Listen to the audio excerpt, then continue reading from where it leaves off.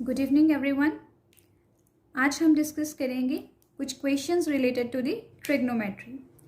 Part 1 of the trigonometry में मैंने just an introduction दी थी ट्रिग्नोमेट्री की कि हम इस चैप्टर में आगे क्या डिस्कस करने वाले हैं, और कुछ इंपॉर्टेंट फार्मूलाज थे और उनको याद करने की एक शॉर्टकट वे था, राइट। अगर आपको फार्मूलाज याद करने हैं तो आपको पहले पार्ट 1 देखना होगा एंड देन ये क्वेश्चंस आपको बहुत ही ईजी लगेंगे, राइट। तो आज हम डिस्कस करते हैं हमारा क्वेश्चन नंबर 1। वो क्या है? In triangle A B C right angled at B. हमें ए बी गिवन है, बी सी गिवन है और राइट एंगल दिया हुआ है कि बी पॉइंट पे राइट एंगल बना हुआ है। हमें क्या फाइंड आउट करना है? साइन ऑफ ए और कॉस सी। तो इसके लिए हम सबसे पहले एक ट्राइंगल ड्रॉ करेंगे, राइट एंगल ट्राइंगल ड्रॉ करेंगे, जो कि राइट एंगल किस एंगल पे है, किस पॉइंट पे है? बी पॉइंट पे, राइट। और हमें गिवन क्या है? ए बी, हम ये पॉइंट ए और सी मार्क कर लेते हैं। A B is equals to 24 centimetre, B C is equals to 7 centimetre.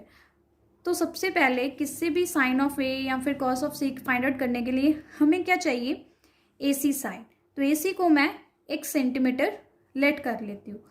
तो ये मैंने डिस्कस किया था कि हम कैसे किसी भी साइड को राइट एंगल ट्राइंगल में कैलकुलेट कर सकते हैं by the using Pythagoras theorem. तो सबसे पहले हमने क्या करना है? ए सी कैलकुलेट करना है। तो ए सी स्क्वायर क्या है? A B square plus B C square. X square is equal to 24 square plus 7 square. This is equal to 576 plus 49। This is equals to 625, then x is equals to 25। तो हमारे पास AC जो है वो आई 25। तो उसके बाद हमें चाहिए sine of A, right. A angle के अकॉर्डिंग हमने साइन चेक करना है। तो साइन ऑफ एंगल का क्या फॉर्मूला था? Perpendicular over hypotenuse. तो A एंगल के अकॉर्डिंग परपेंडिकुलर क्या है? 7 BC side upon and hypotenuse is AC। तो BC is 7 centimetre upon 25 centimetre. तो 7 अपॉन 25 आया हमारा साइन ऑफ A। अब जब हमें कॉस ऑफ C चाहिए तो कॉस ऑफ C के लिए हमने एंगल C के अकॉर्डिंग देखना है। एंगल C के अकॉर्डिंग अब कॉस का फॉर्मूला होता है बेस अपॉन हाइपोटेन्यूज। अब एंगल C के अकॉर्डिंग बेस क्या है? That is the adjacent side to the angle C, वो क्या है? BC। तो ये आया BC upon and same hypotenuse is AC। BC is 7 upon 25। तो cos C भी हमारा 7 अपॉन 25 आया और साइन A भी हमारा 7 अपॉन 25 आया। तो इस वे से हम किसी भी एंगल के साइन और cos को कैलकुलेट कर सकते हैं। अब नेक्स्ट आता है हमारे पास, हमें गिवन है if sine of A is equals to 3/4। अब हमें साइन ऑफ A गिवन है 3/4, कैलकुलेट करना है हमें cos A and tan A। अब हम क्या करेंगे? cos A और tan A कैलकुलेट करने से पहले वही हमारे पास 3 की 3 साइड्स ट्राइंगल की होनी चाहिए। अब जब हमारे पास ये गिवन है तो दिस इज द रेशियो। हम एग्जैक्ट नहीं लिखेंगे कि साइन जो है वो परपेंडिकुलर ओवर हाइपोटेन्यूज होता है, तो परपेंडिकुलर हमारा 3 हो गया, हाइपोटेन्यूज हमारा 4 हो गया। नो, इसके लिए हम लेट करेंगे, let perpendicular is equals to 3k and hypotenuse is equals to 4k, right. तो हम ड्रॉ करेंगे एक triangle ABC। This is your 4k, this is your 3k और हमें कैलकुलेट क्या करना है? Base, that is AB।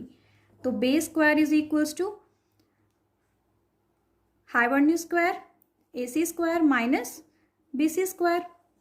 AC क्या है हमारा? 16k square minus BC is 9k square, right. मैंने स्क्वायरिंग भी कर दी इसकी। उसके बाद ये आया हमारे पास 16 माइनस 9 7k स्क्वायर। तो बेस क्या आ गया हमारा? 7√k, right. अब हमें क्या चाहिए? हमारे पास परपेंडिकुलर भी है, हाइपोटेन्यूज भी है और बेस भी है, 7√k। अब हमें चाहिए cos of A and tan of A। अब कॉस ए क्या होता है, बेस अपॉन हाइपोटेन्यूज। ये जो क्वेश्चंस हैं ये पूरे के पूरे फॉर्मूलाज बेस हैं, आपको बस फॉर्मूलाज आने चाहिए, देन बहुत इजी वे से हम कैलकुलेट कर सकते हैं, राइट। सॉरी यहाँ थोड़ी गड़बड़ होगी। B square is equal to 7k² है, तो हमारा बेस आया 7√k, राइट। ओ सॉरी, हमारा बेस आया √7k, this is your base. तो यहाँ भी √7k अपॉन 4k, तो k के साथ कैंसिल हो गया। यहाँ भी tan a का फॉर्मूला क्या होता है हमारा, परपेंडिकुलर ओवर बेस। तो परपेंडिकुलर क्या है, 3k upon base is √7k। तो हमारा cos ऑफ a क्या आया, √7/4 and tan of a is equals to 3/√7। That's it, this completes your final solution. बस इसी वजह से हम ऐसे सारे क्वेश्चंस कर सकते हैं जिनमें हमें ये रेशियो गिवन है, इसको हमें एज अ रेशियो ट्रीट करना है, तो हम इसके लिए ही हम परपेंडिकुलर को 3k लेंगे, राइट। अब नेक्स्ट क्वेश्चन जो है, this is very simple question again. If angle A and angle B are the acute angles such that cos of A is equals to cos of B. हमें given है A और B जो angle हैं वो acute angles हैं, और cos A equals to cos B है। हमें प्रूव करना है कि एंगल ए एंगल बी के इक्वल होगा, राइट। तो इसके लिए हम क्या करेंगे, सबसे पहले हम ट्रायंगल ड्रॉ करेंगे। अब हमें ए और बी जो है वो एक्यूट एंगल गिवन है, इसका मतलब राइट एंगल नहीं हो सकते वो, राइट। तो ये जो है इनमें से हम कोई भी पॉइंट ए और बी ले सकते हैं, तो सी पॉइंट पे हमारा क्या आया, राइट एंगल, राइट। तो cos A is equals to cos B है, मतलब हमें ये यूज़ करना है और प्रूव करना है angle A is equals to angle B.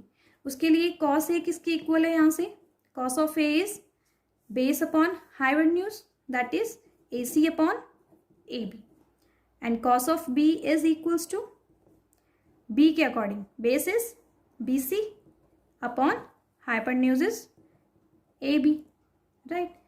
अब दोनों इक्वल हैं तो हम इसको इक्वेट कर देते हैं, तो हमारे पास आया AB के साथ कैंसिल हो गया, AC is equals to BC। AC जो है वो हमारी BC के इक्वल आ गई। अब एक हमारे पास रिजल्ट होता है, angles opposite to angle side equal sides are equal. Result क्या है, इसके बाद हम लिखेंगे अगर साइड्स हमारी इक्वल हैं तो उनके जो ऑपोजिट एंगल्स हैं इक्वल साइड्स के वो भी इक्वल होंगे, राइट। कौन सी प्रॉपर्टी हमारी लगी, because angles opposite to equal sides are equal, right. ये दोनों इक्वल साइड थी, इनके ऑपोजिट जो एंगल्स थे that would be equal angles. So this completes your